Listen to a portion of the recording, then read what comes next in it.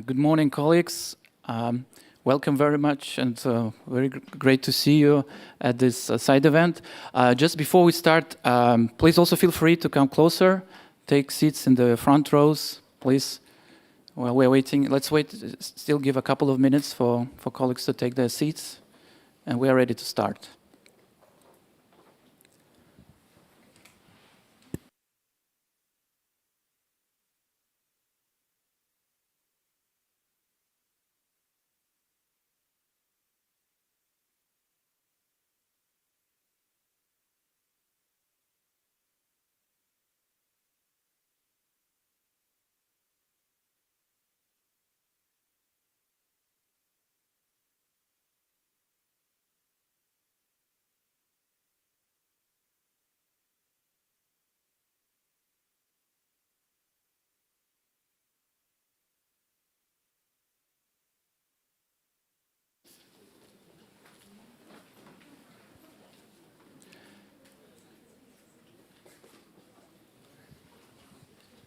Okay, I think everyone has their... Yeah, please, sir.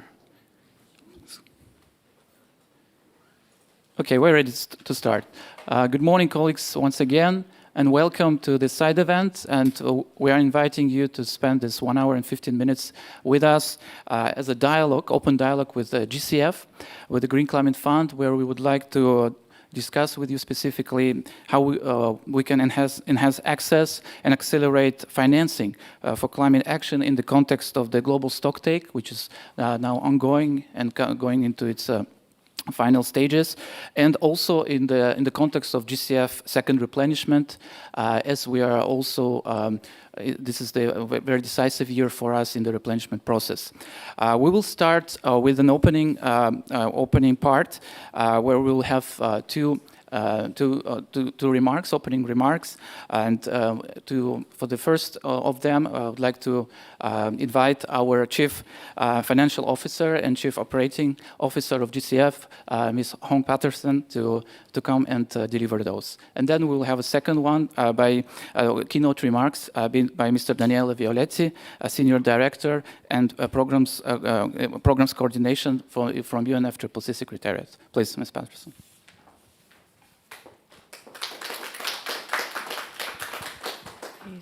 Good morning, everyone. It's good to see some familiar faces in the crowd. So thank you for joining us today. And thank you, Mr. Violetti, for joining us as well as our speakers for today.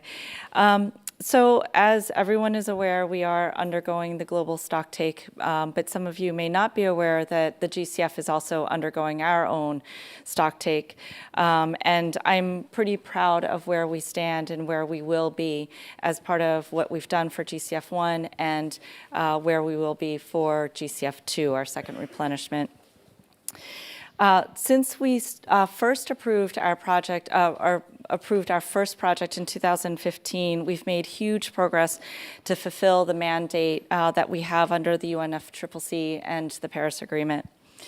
We're now the largest dedicated climate fund with a portfolio of over 200 projects, and that comes up to about $12 billion worth of programming, with co-financing that comes out to $45 billion. And not only that, but as a partnership organization, we've managed to partner with over 200 private sector and public sector organizations. And that really has played quite a bit into how we program, how effective we can be. And I'll give a few examples of that. We're also one of the things that we also talk about is how we are risk takers, how we are capital agnostic. And what that means really is the ability for us to be flexible with our programming. We can deploy grants as quickly as we do loans, as well as equity investments. And that's really important as we look to bring in the private sector in a very significant manner. Throughout our growing experience, we've also developed this climate expertise, and this has really started to centralize through us. And at this stage, we really are that climate expert, and we are at the hub of that expertise with our partnership organizations. So I think I can go on and on about the progress that we've made, but one of the things I did want to address in this, because what we do here is, despite the progress we made, there are still areas that, hand to heart, that we really do want to improve. And it is so important to ensure that we are improving as a learning organization to continue to bring resources down to the ground where it's needed most.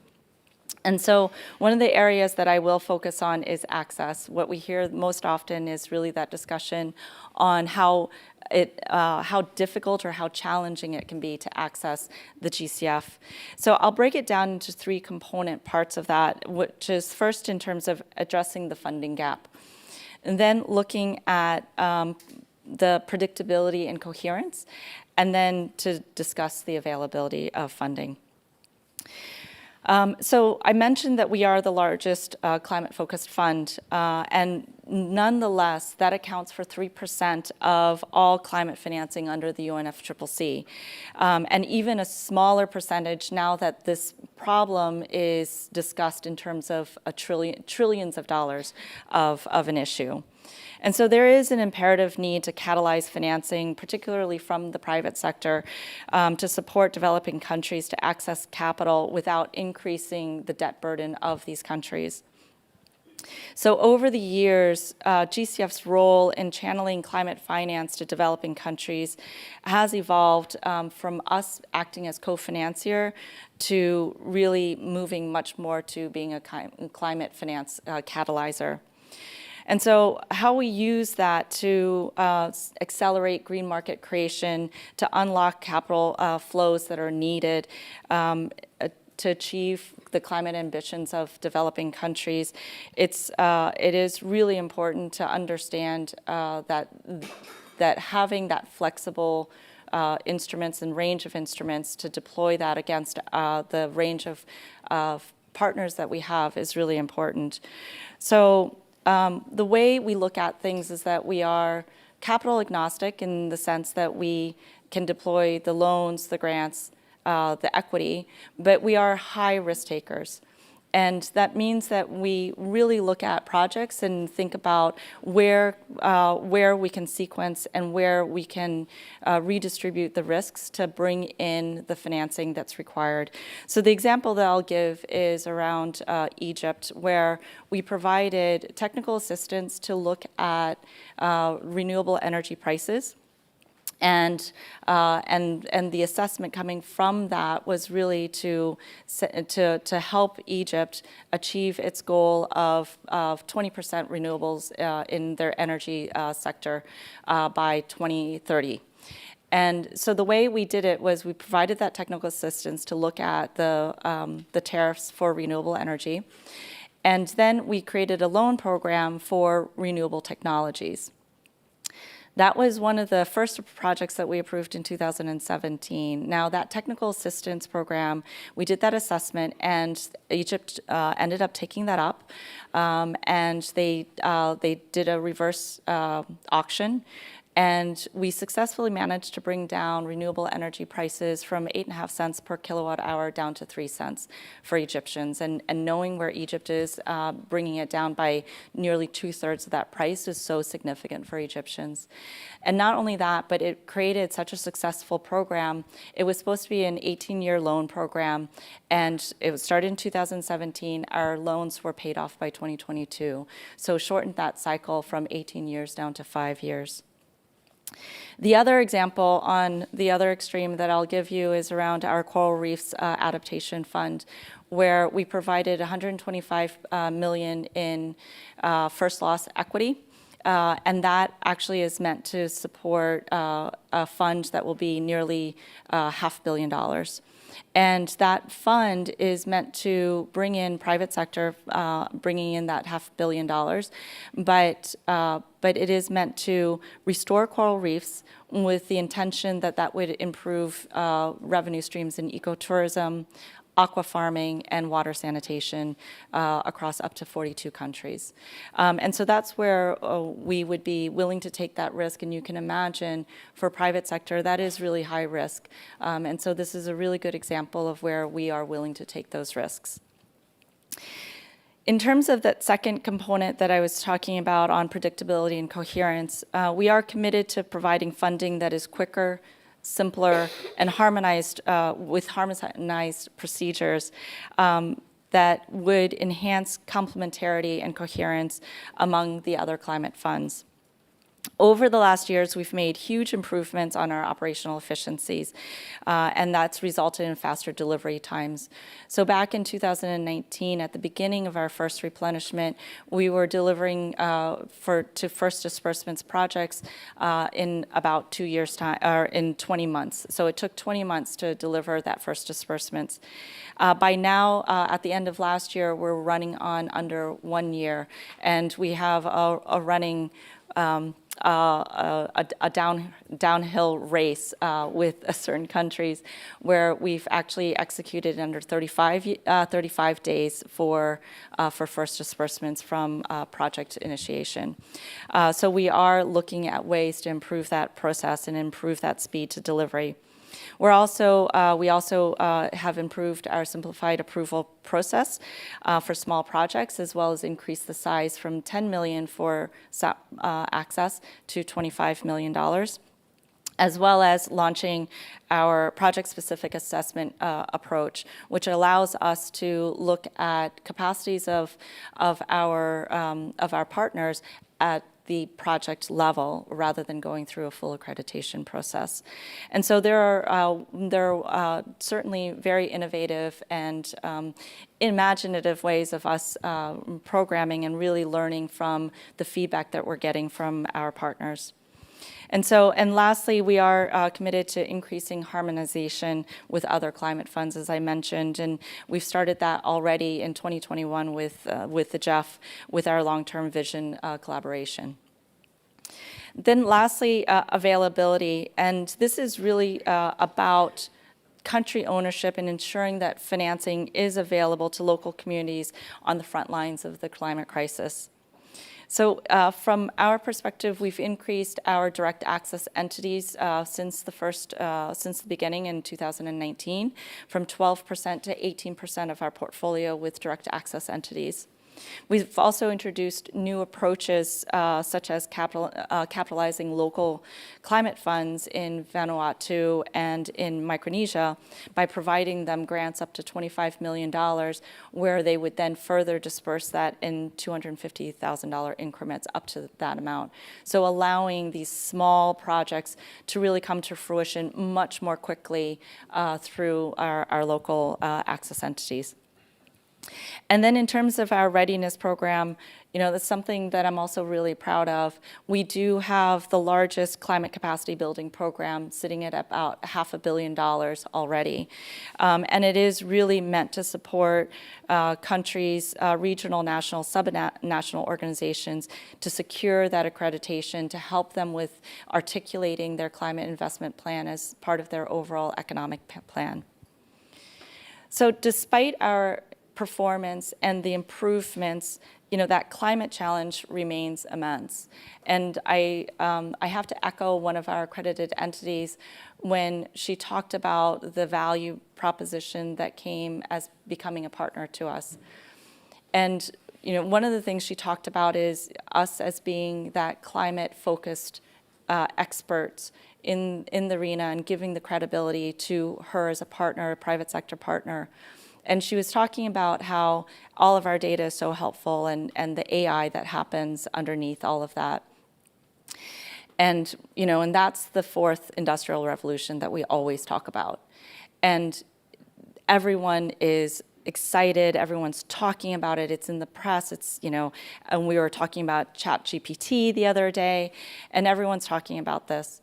And yet, 800 million people remain without access to energy and electricity. Another 200 million remain without steady access to energy and electricity. And so they barely made it across the first industrial revolution. And so for us to be able to come in and really support that progress in a climate positive way is really important and something that's critical and something that I think all of us are here to participate in. So we'll hear more from Selena when she talks about where we're heading towards as part of our second replenishment. But I do want to make a special thanks for those of the countries that have already contributed to our second replenishment with their announcements, early announcements. Germany with €2 billion, which is the single largest contribution that we've had, making them the largest contributor on our books cumulatively. I thank Austria for their contribution of additional 25% increase from the last replenishment, and then Czechia for coming back in as well. So despite challenging times, both economically and social, politically, we're seeing that ambition, the commitment across the globe. So thank you for that. And so I would like to bring Daniele onto the podium, and thank you again so much for coming and joining us. Thank you very much for the introduction, and good morning to all of you. Great pleasure to be here with you and say a few words on behalf of the Climate Change Secretariat. And I would like to start to put the overall issue of climate finance in the context of the global stocktake, because I mean you have it here on the agenda for today, but it's also the moment in which, of course, for the first time, we are entering in the phase that we are assessing how we have been doing in the process, and I'm afraid the result is pretty clear. We are not where we need to be. And I don't mean only, of course, in mitigation ambition or in adaptation ambition, in means of implementation. And it's clear. And finance is a key component of that. So what we can hope for is that as a response to the first global stocktake in COP28, we will have a clear indication of what is needed to be achieved if we want to be on track for the goals of the Paris Agreement. So climate finance is at the center of all this. Climate finance is everywhere in our process and underpins all the activities that are needed to implement the Paris Agreement. Now, climate finance is looked at in many different moments in the process. We have different mandates. We have the doubling of adaptation finance, of course. We do have the 100 billion to be delivered.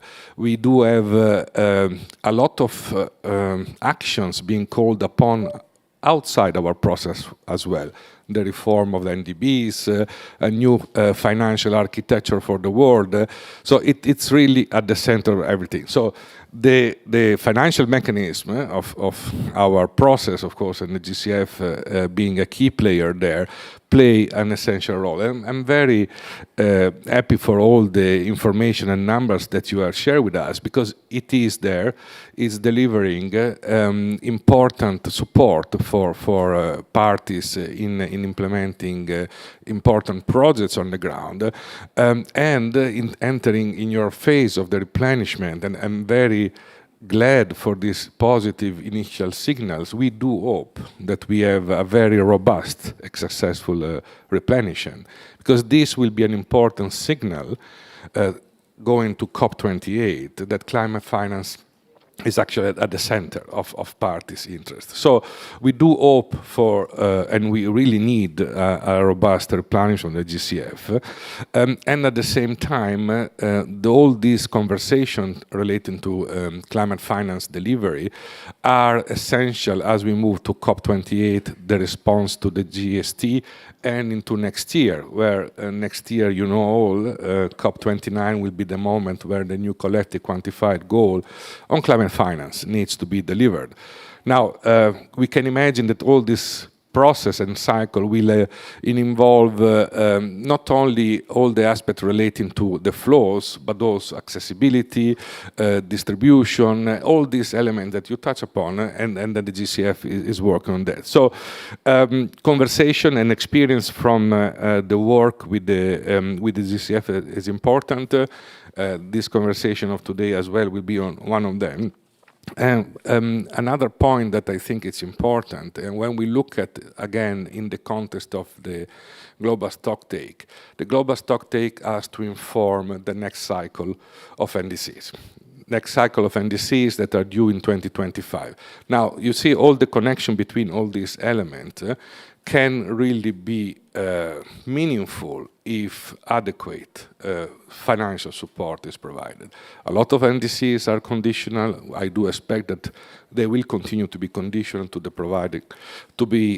providing for support. So I think that, and not to put additional pressure on you, I think you have already enough pressure in the GCF, but I think that there is huge expectation out there for the financial mechanism of the Convention of Kyoto Protocol to be adequate in supporting all these efforts. So we'll wait also what happens outside the process, these important elements that I mentioned, the reforms that are being called upon, how this whole financial architecture can be developed in a different and more let's say, point to the real needs in the implementation, so that overall we will have achieved these common goals that we are. So, I don't think I need to repeat further the importance of taking action now. Our window of opportunity is really closing if we want to stay on track.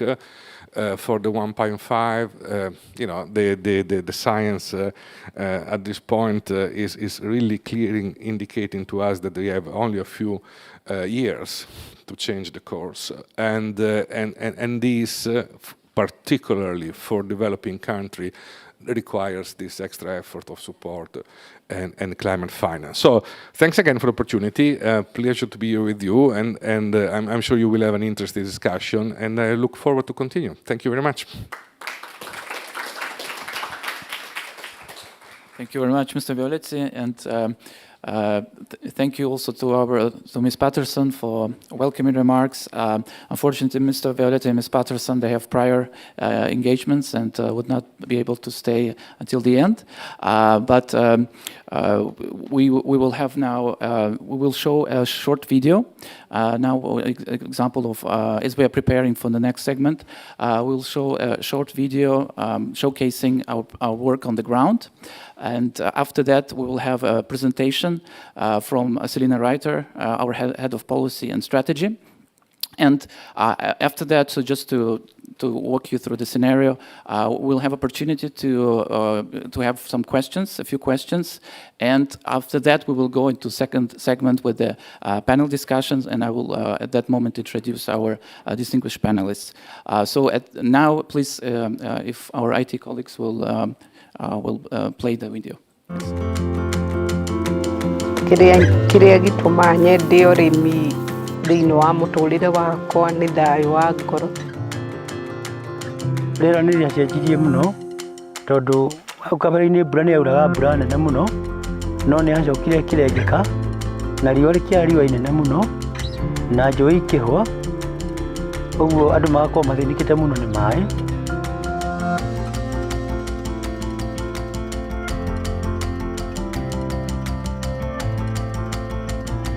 Combine affordable distributed renewable energy with services and financing to help smallholder farmers take control of their lives, create climate resilience, increase incomes, and not have to run to major cities because they don't have jobs and opportunities at home. This project is fantastic in terms of meeting and hitting all the spots that the GCF is looking at. One, it's driven by demand on the ground. It combines both mitigation and adaptation elements, so that first it's reducing potential pollutions by using renewable energy, but at the same time strengthening resilience of the most vulnerable people. Ndagũra ngombo ĩno ya Sandcastle nĩngenete mũno tondũ nĩnyonete umithio, nĩ tondũ nĩĩcĩbĩire mbia iria ndĩrahũthagĩra gũikia mũgũnda betũrũ, ĩgacĩbĩra tondũ ĩyo ĩranyidio riũa tu. Ona niĩ handũ ha gũthiĩ rũĩ nĩ hotete gũtaha maĩ o haha nja handũ ha kũgĩra maĩ.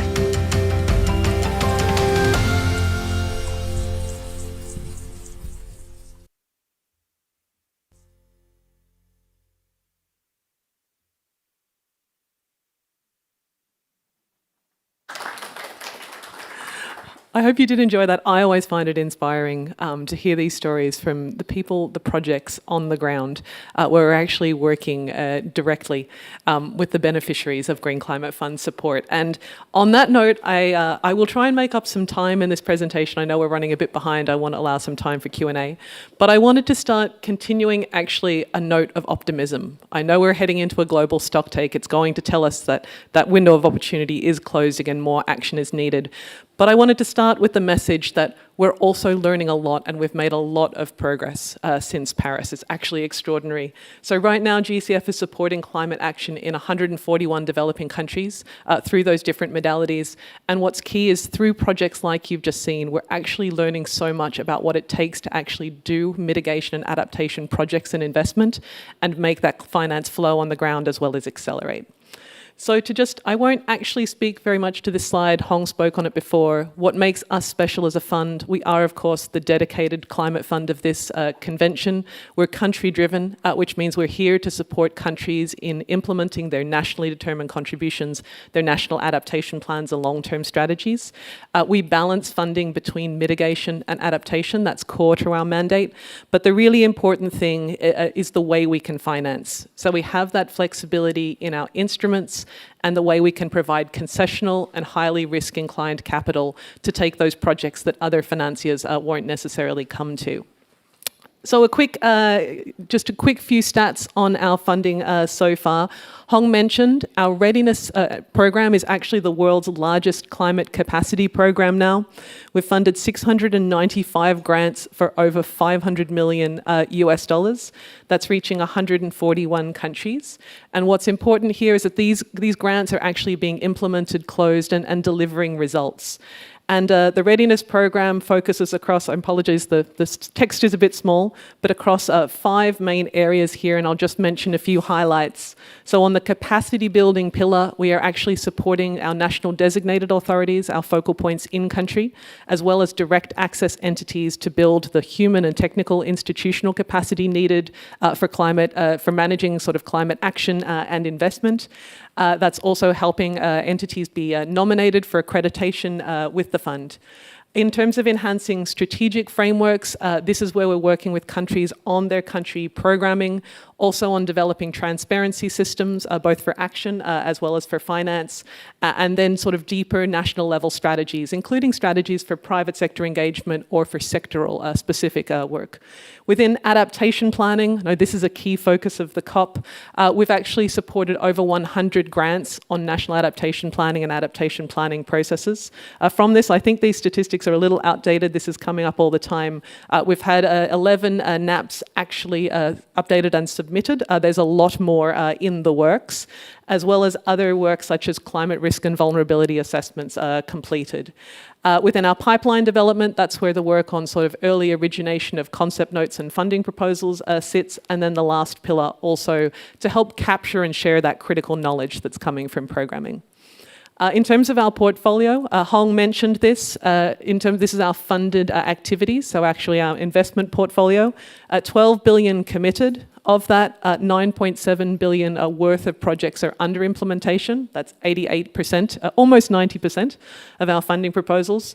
3.5 billion dispersed, or over 80% of those funding proposals have received at least a first disbursement. So the money is coming to ground. 216 projects, 128 developing countries, and a total financing, once the co-financing is taken into account, of $45 billion for climate action. It is split at the moment in our grant equivalents slightly actually toward adaptation, 51% adaptation, 49% mitigation in grant equivalents. Between public and private sector, 65% public sector, 35% through our private sector facility. You'll see there the regional distribution across all regions for developing countries, and 64% of our adaptation funding is going to SIDS, LDCs, and African states. So the countries recognised as particularly vulnerable through the GCF.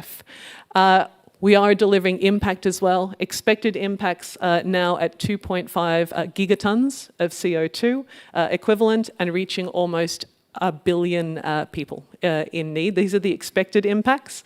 And of course, I could never give you the impression equal to what that project video has just shown you in terms of the difference this is actually making on the ground. So for the second segment, wanted to dive a little bit more into this key theme for us, which is enhancing access. And we've really tried to take the feedback and the message on board that to meet the urgency of this challenge, we really do need to work on enhancing access. So we're trying to look at this across these different dimensions. In terms of speed, Hong has already told you about the improvements we've made operationally in terms of project delivery. We're trying to get the money committed basically as soon as we receive it from our contributors, and we're also working on faster implementation and disbursement. And one of the big milestones recently, in addition to having a project move to disbursement in 35 days, was having all of the project arrangements basically signed at our board meeting. So recently we had approval, and then we had the project agreements and the subsidiary agreements all done on the same day, and that can really help us move faster.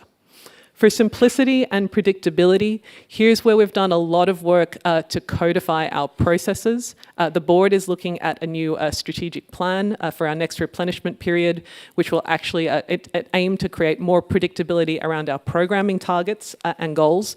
And the other thing that we're looking at, we had done a lot of work building policies within our last two periods, but we're hoping we can now stabilize those policies for greater predictability of the policy settings and move towards looking at ways we can actually make things sort of simpler and more streamlined. Complementarity, Hong has already mentioned, we're putting a very significant focus now on how we work in complement to other climate funds and opportunities to actually streamline and harmonise there. Direct access, really, really key to our mandate. I think the board is very keen to see an even greater focus on this as we go into our next programming period, and then volume. And here's where it's critical to meet the scale of the challenge that we do use GCF's resources also to move those wider sums of finance that are with the private sector and in the financial system. So I won't go through this, but this is just to give a flavour of some of the processes we've looked at to try to improve access. We've really looked at every single one: readiness, accreditation, the simplified approval process, our programming process, and tried to both streamline the operational procedures, but also develop additional guidance and tools that are all available on our website to help folks navigate our programming processes. And a really important thing to mention is we live sustainability and inclusion as well. I think we're very proud that we're a fund that has had gender fully incorporated into our operations since the very first day of our existence. We have recently established an Office of Sustainability and Inclusion to recognise the importance of this within our programming work and the importance of engaging affected people, stakeholders and communities on the ground.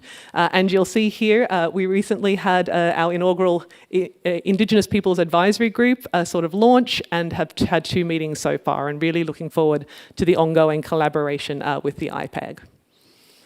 So to close up, and I'm just looking for a sort of time check on how we're going here, just a little bit of an insight into where we're going from here, bearing in mind, of course, that our board is still looking at our strategy for the next programming period.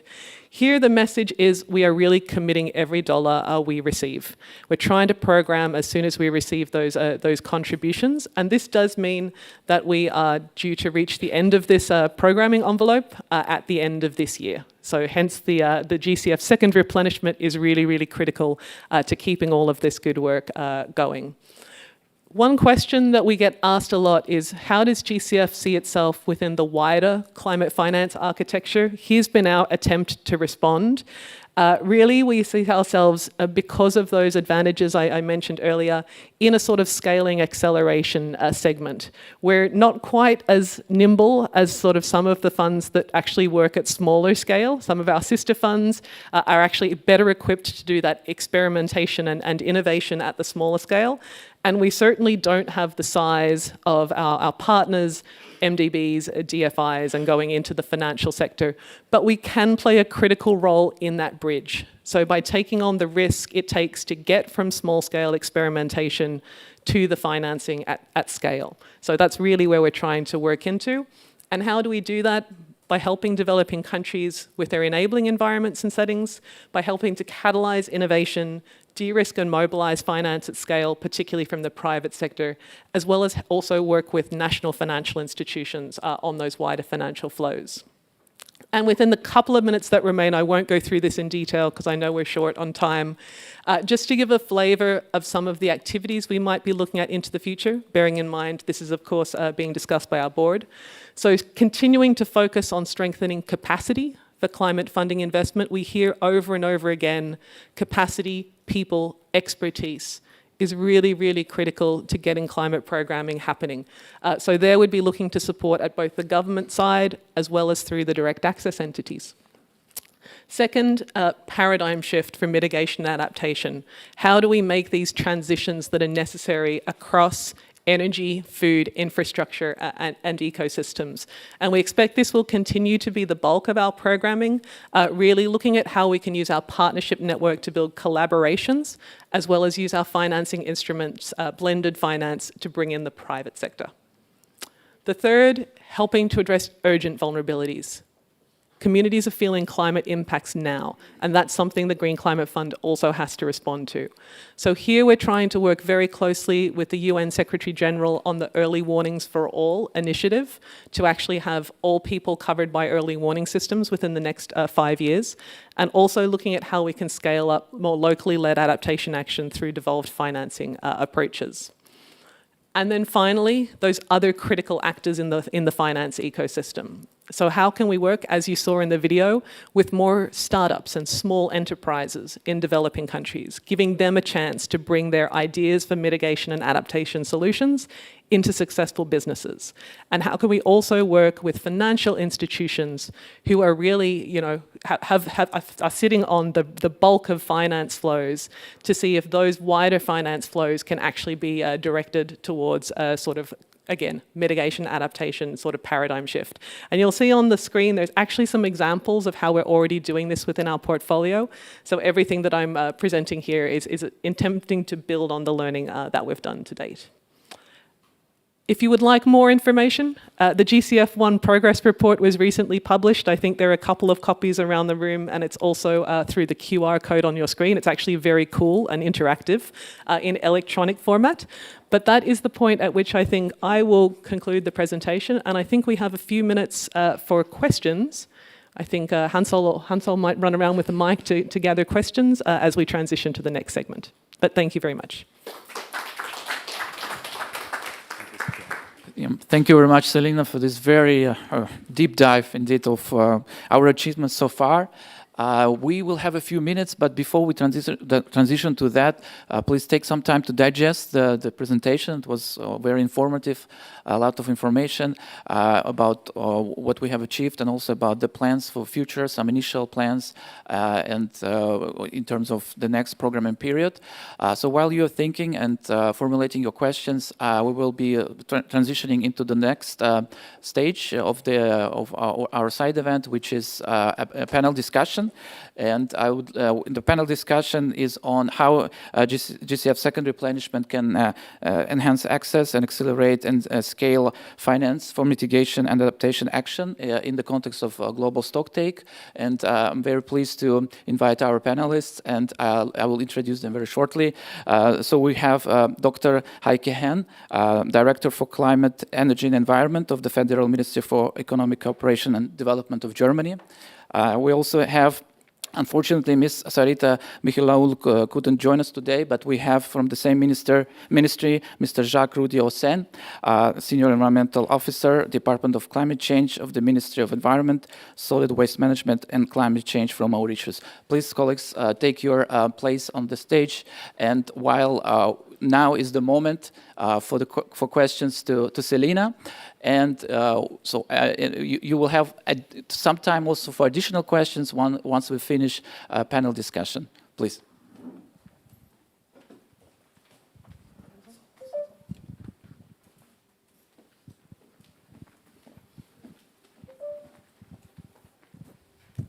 Good morning. And thank you for a very inspiring presentation. My name is Tobias Reis. I'm the counsel to what's called the Cooperative Partnership for Climate Smart Food and Forestry. And we have been working now together with the FAO for the past 2 years to develop a project proposal. my question to you is, we learned a lot, and it's been a good process, and now we hope soon a good proposal. We also have a lot of insights, and what we feel is that we have actually the opportunity, I mean, to replicate some of the ideas. So my question to you would be, if at this stage you see that actually there might be the potential for other projects springing out of a project proposal, where would that fit? Because, of course, there is also the distribution of projects, and in this case, we're working in one country which has already received a number of GCF projects, so it's not clear-cut that one would suggest to go, have more projects in the same country, but rather the idea, in our case, it's the idea of cooperatives, to use cooperatives as a climate actor. Do you see that in the readiness framework or in other parts of this new architecture? Thank you.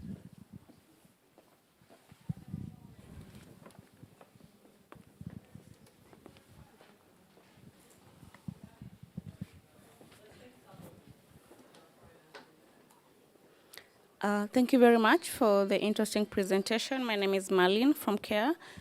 So currently in the financing discussions for loss and damage, there's a lot of discussion about innovative finance. I was wondering if GCF has a couple of examples of innovative finances that you have already explored, and it has actually worked well in terms of blending finance and supporting the vulnerable countries to address the impacts of climate change. Thank you.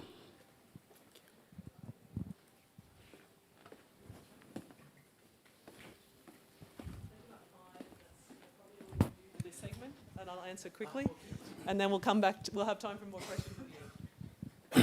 Hello. Thank you for the presentation. I think it was interesting to see the kind of improvements that the GF has put in place, the speed, and so that is good to see, and we hope that that continues. My question is, how is the demand for financing relative to how much resources are available? What is like do you have a portfolio of, as it were, pipeline projects, and how are you coping up that do you have resources to finance your portfolio? Thank you.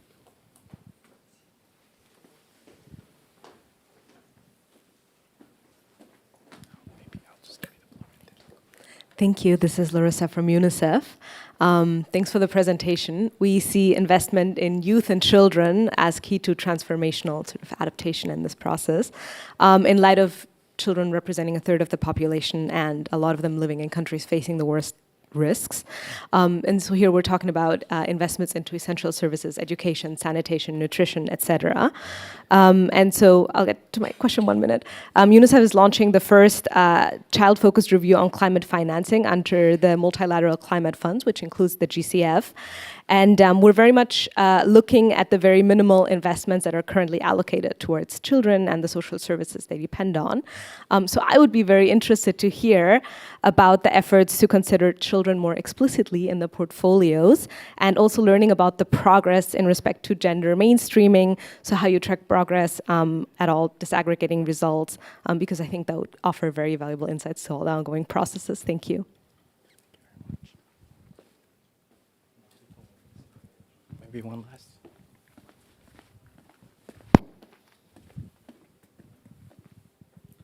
So thank you again for the very interesting presentation. I have two brief questions.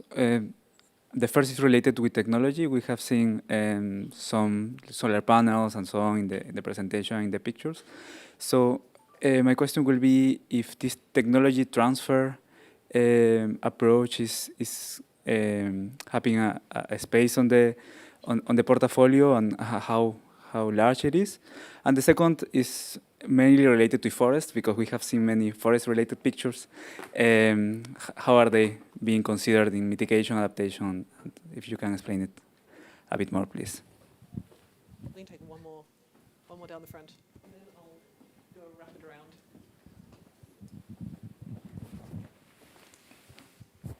Thank you for the splendid presentation. My question relates to your learnings from the first replenishment and how if you could share some of them and how you're going to overcome them in your second replenishment, especially vis-a-vis your policy stabilization that you referred to. Okay, thank you so much for the questions. I thought it was good actually to take the questions because some of them the panelists may also wish to reflect on in the next segment, but very rapid fire answers. In terms of sort of the learning and scaling up, I think this is something where we probably still have some work to do and are interested to do with our partners. So we do have an evaluation team that sort of looks at results, and we're also working with the Adaptation Fund at GEF, in particular on some of the sort of scaling initiatives. So exactly what you talk about, sort of how do you replicate successes at one scale to different geographies or jurisdictions. So let's put that on the need to do more category. I can see colleagues from the Adaptation Fund at least smiling up the back. In terms of the innovative financing instruments, actually the one that you just saw is actually a really good example. So getting that, what we call sort of the early stage or seed capital into some of these small businesses that don't have a great idea, but not a proven business model yet. So how can we actually get that early capital in at that risky stage so these businesses can get up and running? At the bigger scale, we're also doing sort of some more sort of innovative blended finance instruments. So looking at how we can use, for example, sort of guarantees actually to either underpin a sort of lending through financial institutions, being directed more towards climate products and services, or also actually to sort of issue climate bonds for raising on the capital markets. So happy to follow up. It's probably a longer conversation than we have here on the innovative instruments. In terms of the gentleman's question about demand, the answer is no. We do not have enough resource for the demand that we face. I think our current pipeline with concept notes and funding proposals is something like $20 billion. And if you take the pipeline that's coming through country programs beyond that, more up to sort of the 30s and 40s, and that's constantly evolving. So we do see the demand is very, very strong, and that's why our replenishment is so critical. In terms of the question about engaging particularly children, so I'd mentioned the emphasis on inclusion. This is something that, again, the board is looking at through our strategic plan. We are hoping to have there a more explicit focus on engagement with a variety of stakeholder groups. So that includes women, girls, sort of disabled people's organisations, Indigenous people, civil society, local actors.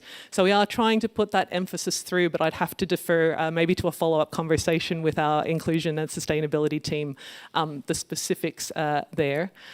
In terms of the questions on technology, so yes, this is sort of mainstreamed actually through a lot of our projects. We don't have a technology window per se, but as you can see from the initiatives here, a lot of sort of the work we're doing that's either innovation or even de-risking is working with actually bringing, mitigation and adaptation technologies, proving them and then bringing them to scale. And in terms of our forests work, this actually spans, we do look at it in a cross-cutting way. So it can span everything from we had a RED Plus results-based payment pilot to looking at bioeconomy businesses to looking at conservation initiatives such as we have in Nepal, where there's a kind of an ambitious initiative to actually sort of conserve the country's forest resource. So we can do that through a number of different instruments. And then coming down to the front, and I've just forgotten the question. Learnings, I knew I had a good answer to that one. Our independent evaluation unit is actually having a side event tomorrow, so you can learn more about it there. So we'd be very happy to share more there. And with that, Alisher, I hand back to you. And happy, of course, to have more follow-up after the session. Thank you very much, Selina. Thank you very much, colleagues, for these great questions. Thank you very much for these great questions. So now we are ready to start the panel discussion. We had shared in preparation for this panel discussion with our panelists, distinguished panelists, a set of questions. I will just I will go through these questions, but and colleagues will respond in their statements to all three questions and in their statements. So what we specifically asked them to share with us how they have seen the changing global conditions impact. how have you seen changing global conditions impact implementation of developing countries' climate ambitions and commitments? That was the first question. In second one, we asked them how could the Green Climate Fund in its second replenishment programming period, alongside other sources of climate finance, better enhance access to climate finance and help accelerate climate action over this critical decade when we have to achieve also important emission reductions by 2030 and better also improve, of course, our measures on adaptation. And the third question was about complementarity and coherence, which was already mentioned today. So how can we enhance complementarity and coherence among the various sources of climate finance to better support developing countries in their efforts to address climate change that also maximizes co-benefits with sustainable development and biodiversity? So these were the questions. And I'm also happy to introduce the third member of our panel who has just joined, Mr. Tunga Bhadra Rai, a member of our Indigenous Peoples Advisory Group. With this, giving now the floor to our first speaker, Dr. Heike Hen. Please, Dr. Hen. Thank you so much. Thank you so much also for the excellent presentations and keynotes by Hong and Selina, and of course by Danielle as well, but really inspiring.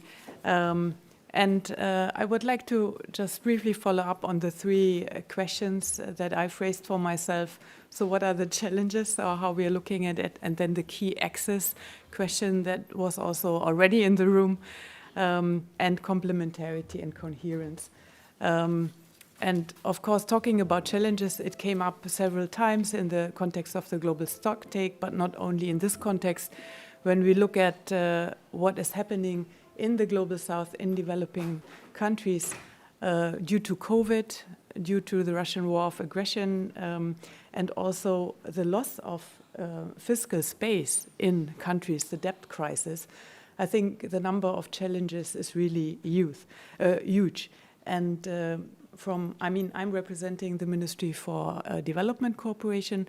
So for us, and I'm responsible for climate, but for us, the linkage between climate and development gains or development as such, Hong referred to it in the end, I'm very happy for the statement as well. This is really key. So for us, yes, it's about increasing climate impacts. That was already stated several times. But for us, it has to be a story, and it can be a story about development and prosperity. So really win-win between climate and development. We really believe strongly in the Paris Agreement and strongly in the SDGs. And our strong third belief is that the one comes only with the other. This kind of just transition needs to happen in every single country on a road for prosperity. So this is a bit where we also want the GCF to be placed in this kind of conversation. And of course, what I described needs finance as well. So Danielle was highlighting also this need to increase finance. And thank you for stating that Germany tries to be ambitious in financing as well. Overall, our contribution to the 100 billion, and where we strongly believe the vote of confidence coming out of Petersburg Climate Dialogue that we will reach the 100 billion in 2023. Our fair share was in 2021 5.3 billion, only coming from budgetary sources, not talking about loans here, and the replenishment contribution. And we are hosting the replenishment conference also 5th of October in Bonn. So we try to be proactive, but let me put GCF as part of the architecture also in the bigger conversation that came up in one of the slides of Selina. We are also trying to be very proactive regarding the MDB reform and the broader financial architecture. So let me say that clearly the world is no longer the world of 49. So we have to see changes regarding governance, regarding global public goods, and really taking into account the needs of the Global South and the rights of the Global South in this conversation. And we also believe it's no longer the world of 1992. So it's about historic, but also all major emitters and fossil fuel economies.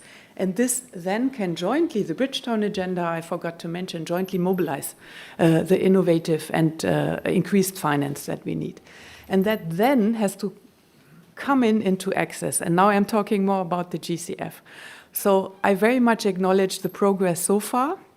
And I think this was impressive, specifically also the number of about 11 months from the board decisions, or even 34 days.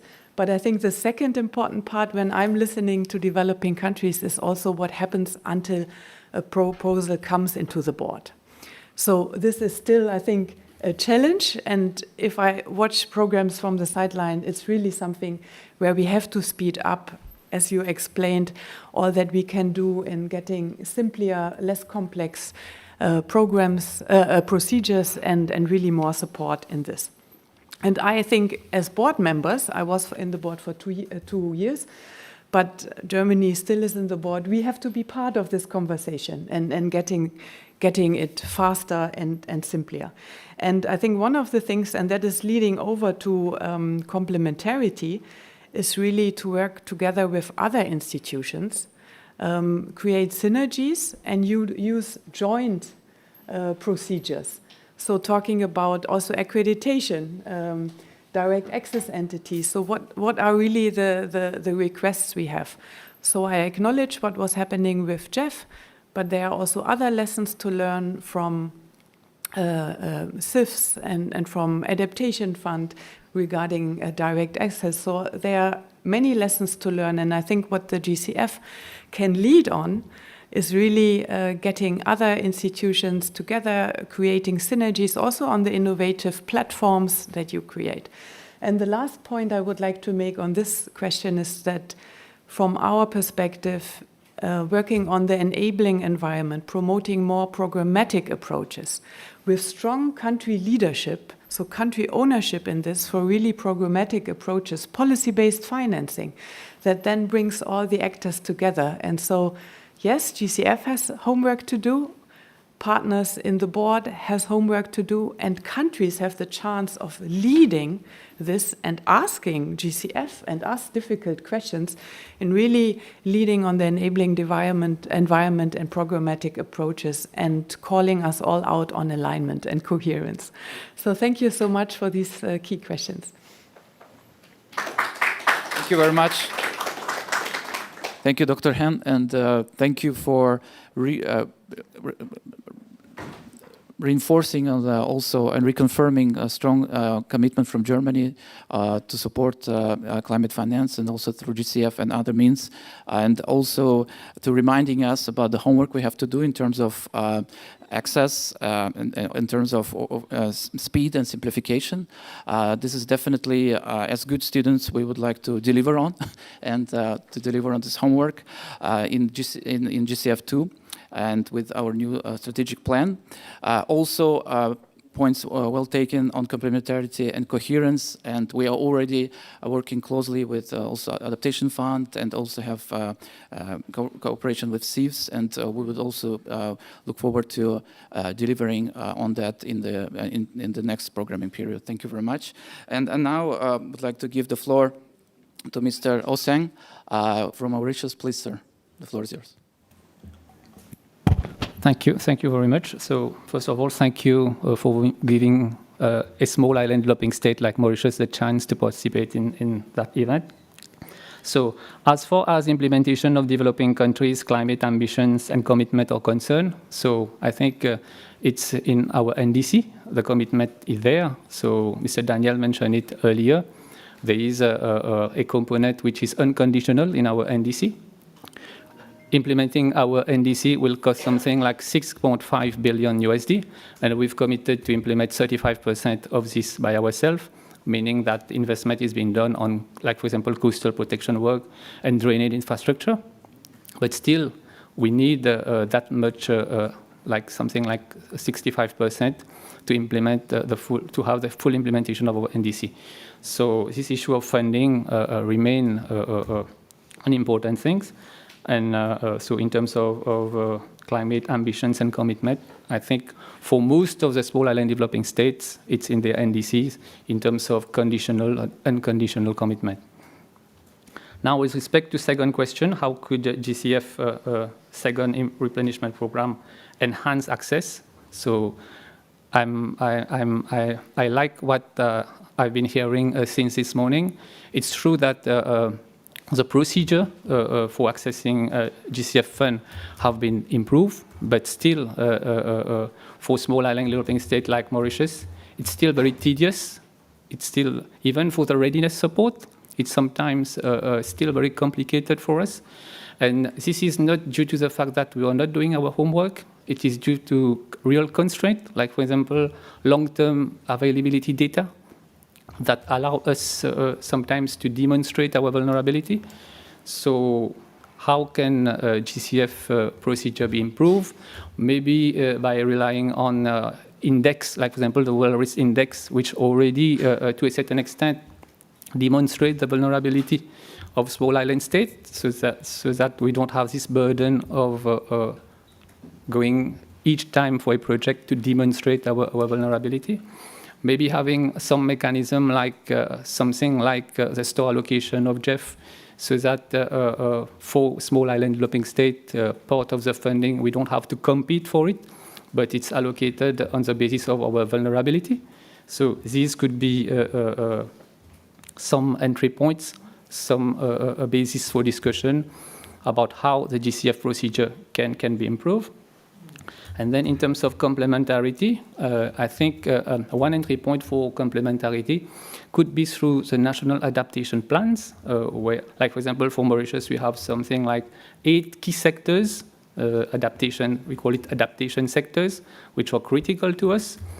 And if you look at the readiness support, for preparation of NAP, it's something like $3 million USD, which is very limited. So it does not allow us to do vulnerability assessment in all of the key sectors so that we can address this issue. Then when we proceed by prioritization, then it's a bit scattered.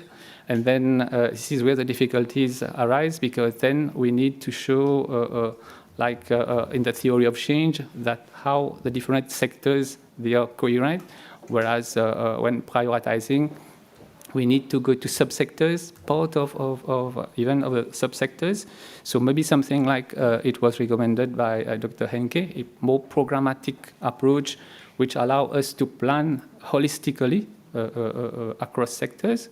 We want to go for nature-based solution, but you cannot do it sector-wise. So, like, for example, with respect to the development planning process, it needs to be done holistically, programmatically at the level of the country. So these are entry points where complementarity can be mainstream in the GCF process. So this is a bit my reflection for now. Thank you. Thank you very much. Thank you very much, Mr. Oseng. And just if I may, a few key points that for me is on improving and also the scale. I think the important point also in access and the challenge that we have is scale. So indeed the challenges that SEEDS, also smaller development states, are facing are about the scale of the challenge and the need to scale up also financial resources.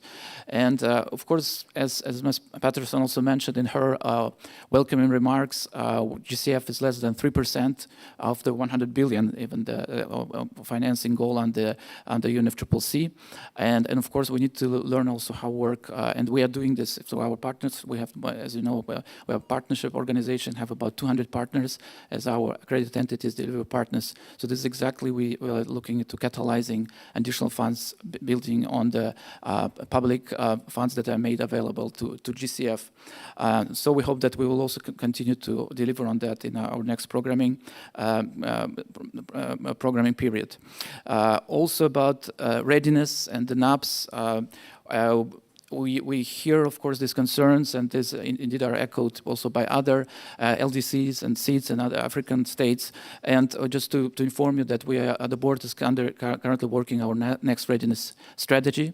So we hope that it will also help to address some of these issues, including possibly a new envelope to continue to support NAPs. This is also potentially something that may come up. Thank you very much. And now I come to our next speaker, Mr. Tunga Badrarai. Please, sir, the floor is yours. for your intervention. Thank you very much. Good morning, everyone.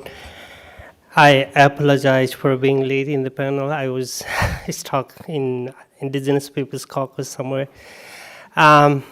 Yes, but also that benefits our discussion because I get some of the perspective also from our relatives from all the 7 regions in Indigenous Peoples Caucus. So my name is Tungarai. I belong to Rai Indigenous Nation of Nepal, originally from the mountains of Nepal, and I serve as Indigenous Peoples Advisory Group member in the Green Climate Fund. So first of all, thank you for your invitation and letting me share some of my perspectives. So how we see the changing global condition impact implementation of developing and, climate action in general. So, if I relate my observation with the work of Green Climate Fund and Indigenous Peoples Advisory Group establishment in the fund is one of the forward-looking and one of a transformative steps towards inclusiveness and also the effective climate action.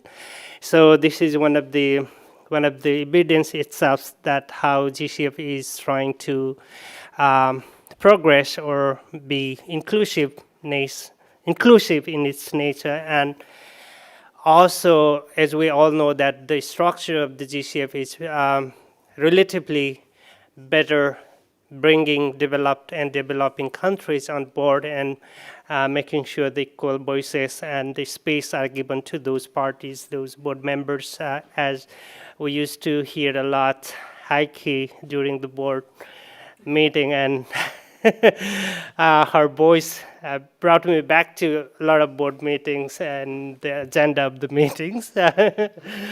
And then now I think the point of discussion is that how GCF second replenishment discussions and your consideration grows from bond to its replenishment discussions and conferences. If I am allowed to share my experiences around it, what we generally find the discussion in COPs and intersessions is, including in the NDC, is that the discussion is more focused on the mitigation targets. It somehow undermines the importance and the urgency of adaptation needs in the communities, and also the predictability of the climate finance is still blur, but I think it's now time for parties to think about what is the mechanism and approach that you can balance mitigation and adaptation in your financing portfolio. And GCF has a very clear vision on how they want to manage mitigation and adaptation portfolio, and also the impact across different investment sectors and strategic areas, impact areas, and also across the region. So I think GCF is one of the institutions in the best position to balance those in climate investment across regions, across investment, climate action, mitigation and adaptation, and also the impact areas, for example, transportation, forestry, land use, or health, and so on. I think this is what I see in the scenario, and we talk a lot about the innovative approaches and also the based level science in UNFCCC, but we as indigenous peoples wonder what is the best available science, where does it exist? One of the points we bring up is the knowledge of indigenous peoples. The indigenous science are also the science that provides a lot of information and a lot of sciences to the climate action. So those are something that has not been so much discussed and considered. And how could the Green Climate Fund accelerate climate action while it's preparing for its second replenishment? I think there are rooms that GCF and the GCF families, including contributors and recipient countries, should think of is what is climate action, what is transformation, what is paradigm shift, and what is the real, the impact. So we really need to bring the different perspective and different dimension of the way people can adapt in changing climate. So as being indigenous peoples, I would like to draw your attention of the recommendation of the 6th IPCC assessment report, IPCC 6 assessment report, which also has mentioned the knowledge of indigenous peoples has a greater role to play in adaptation. Likewise, we all recall that the COP decision last year has a clear guidance to the GCF about to consider the knowledge of indigenous peoples in climate action. So those are a real part of real paradigm shift, not the only, but part of paradigm shift, because we have been far behind in action to consider those actions. No? So those are real paradigm shift, because this is something beyond the conventional approach. And another thing is that how those potential actors and communities receives those climate finance. So the data shows that less than 1% reach out to 1% of the climate finance reach out to indigenous peoples. Then how those paradigm shift can take place if the climate finance is very limitedly reaching out to those communities. I think those are something that could be talking point. And then what was the next question? Okay, complementarity and coherence. So I think we are trying to find complementarity and coherence, also the different elements and mandates of the Paris Agreement, and also the different financial institution under the convention. So at the first point, complementarity and coherence should cut across mitigation, adaptation, and the key related articles of the Paris Agreement. For example, say the preamble on human rights and the rights of indigenous peoples should apply to GCF actions. And Article 9 on finance, 9.3 and 9.4 talks about the important role of public finance, and mostly in grant-based finance. So I think those are some of the things that also should into the complementarity and coherence. It should, cohort with those things. Sorry for my language. And complementarity and coherence with other financial institutions like GCF, Adaptation Fund, and others. One of the things, if I can be so blunt, I experienced in the GCF, you may think of to discuss in your standing committee on finance and to the guidance to the GCF is that in the UNFCCC and all the other UN mechanisms, indigenous peoples are recognized as a distinct constituency. We are here as indigenous peoples constituency as observer to the UNFCCC, but unlike in the convention, the GCF does not have allocated observer seats for indigenous peoples. It's lumped within civil society at large. That doesn't mean that a civil society at large and indigenous peoples don't go along. It does, but it's a matter of the respect to the distinct rights and distinct existence of indigenous peoples for a very, very, very long time. That's also somehow the disrespectful of the contribution of our elders and seniors who have been engaged in the process. Yeah. I think this is something that lacks, that's not so complementarity, and this is not so coherent with the convention and the UN system. Thank you. Thank you very much. Thank you, Mr. Badarai. And very important points from you on continuing to balance mitigation and adaptation. And also we are discussing now possibly do a bit more work at local level on adaptation. So really prioritize local adaptation. So I hope this is also one of the areas possibly that you will see in the next programming period. on climate impact potential of projects, so climate rationale, a very good point from you. And here I would like to refer to decision from last year from the board, where actually indigenous people's knowledge and practices were also recognized as an important source to demonstrate climate impact potential. So this is also referring to that. And I'm also, thank you very much to sharing with us priorities of indigenous peoples, and I hope that our IP policy and also IPAC that you are part of will continue to help to demonstrate these priorities and to instill them in the work of GCF. Thank you very much. Colleagues, we have time only for 2 questions and 2 or 3 questions. As I think we will have also another event here starting, but please, your questions to panelists. Thank you very much, Selina, Dr. Heike.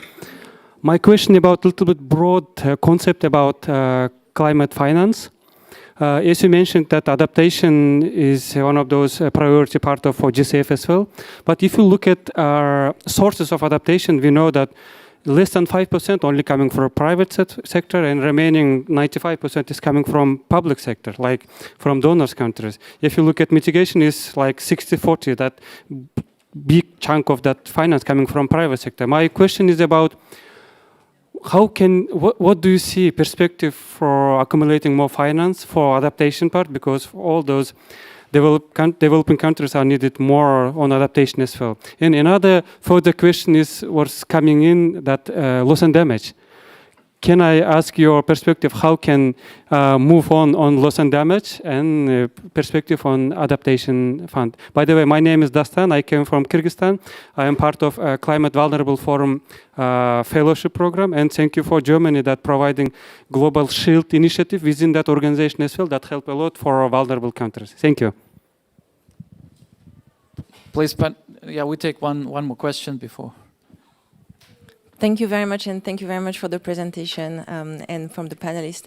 One of the pain points that has been identified also in the project cycle is the project preparation. So the technical phase, bringing the projects from an idea to a concept note all the way to a full proposal that can be approved.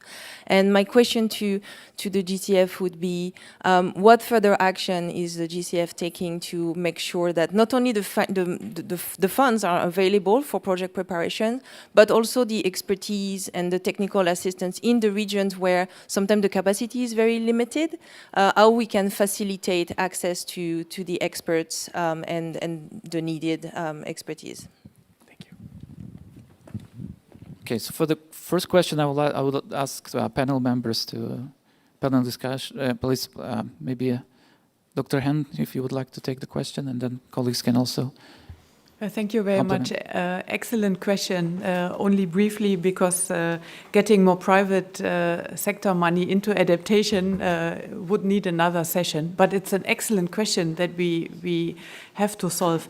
For us, we have also the 50-50 balance, but the other way around, 49% adaptation and 51% in 2021. And there, our share of private sector money was 23%. And we are looking into specifically those sectors and the positive examples where we were able to get more private sector money in, and then to exactly have some lessons learned, scale it up in order to increase it. And on loss and damage, thank you for mentioning the Global Shield. I'm part also of the Transitional Committee, and we really hope that we jointly can deliver on funding arrangements, including a fund, because the needs are there.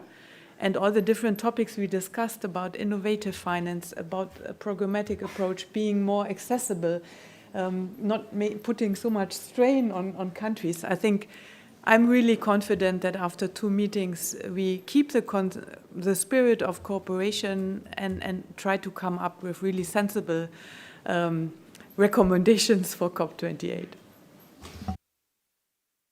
Would like to complement. Yes, just to add that with respect to this issue of loss and damage, so what we've been doing with the help of Green Climate Fund, that is through the CTCN, Climate Technology Center Network, we had a full-fledged vulnerability assessment for our port, the port for Mauritius.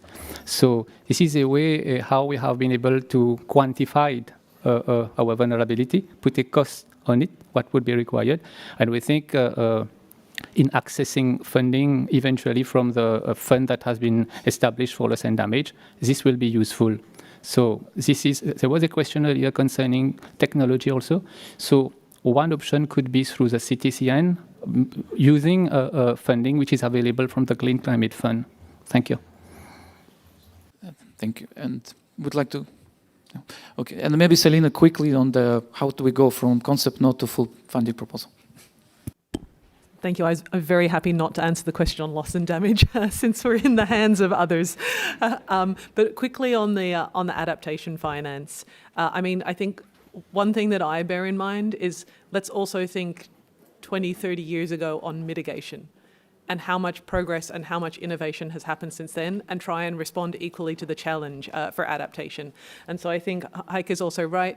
We've got projects where we are seeing opportunities in certain sectors, so particularly the agriculture sector, blue economy. There's opportunities in infrastructure as well, but we really have to keep innovating and testing what's possible, because we know we absolutely need to scale up adaptation finance. On the project preparation piece, just respond, there's two critical, I guess, stages here. There's actually the early stage of, I guess, what we call project origination. So coming to that concept of what the country wants to fund, which of course will be informed by their NDC and NAP, but where it often takes, you know, the right people at that early stage to sort of look at the climate problem and work out this is the right sort of set of responses or options to the climate problem. That's where we're hoping that the readiness strategy, the updated readiness strategy that we're putting to the board shortly, will really be able to help. Because it's intended to supplement the capacity both within the NDA, but also within direct access entities in particular, because they're very close sort of to the national partners, they're there on the ground, to actually build that programming capacity. So that's sort of step one, is how do you get, and they'll of course have to continue to work with external experts where needed, but we know it's really important to have that sort of long-standing institutional capacity to support programming. So that's one component, and then when it actually comes to developing that into a full-fledged funding proposal, we're also looking at how we can sort of improve the deployment of our project preparation facility, and we're doing that now through a sort of a variety of modalities. So we had traditionally done it through grants, but what we'd found there is it actually takes a long time to do the procurement to find the right experts. So what we've done as a fund is actually also set up a sort of our TA facility, where we can deploy, we basically have on rosters and can deploy experts that have the particular skills required to move it through our investment process. So if there's additional support required on the climate side or sort of on the feasibility study side, that can be done. Thank you very much, and colleagues, we have to wrap up. So thank you very much for this open dialogue, for sharing with us your questions, your aspirations for the next programming cycle of GCF. And I think we are taking a lot of homework back home to Songdo, and also, of course, our board, I think, has a lot of homework to do. So thank you very much. And thank you to all panelists and speakers. Thank you very much.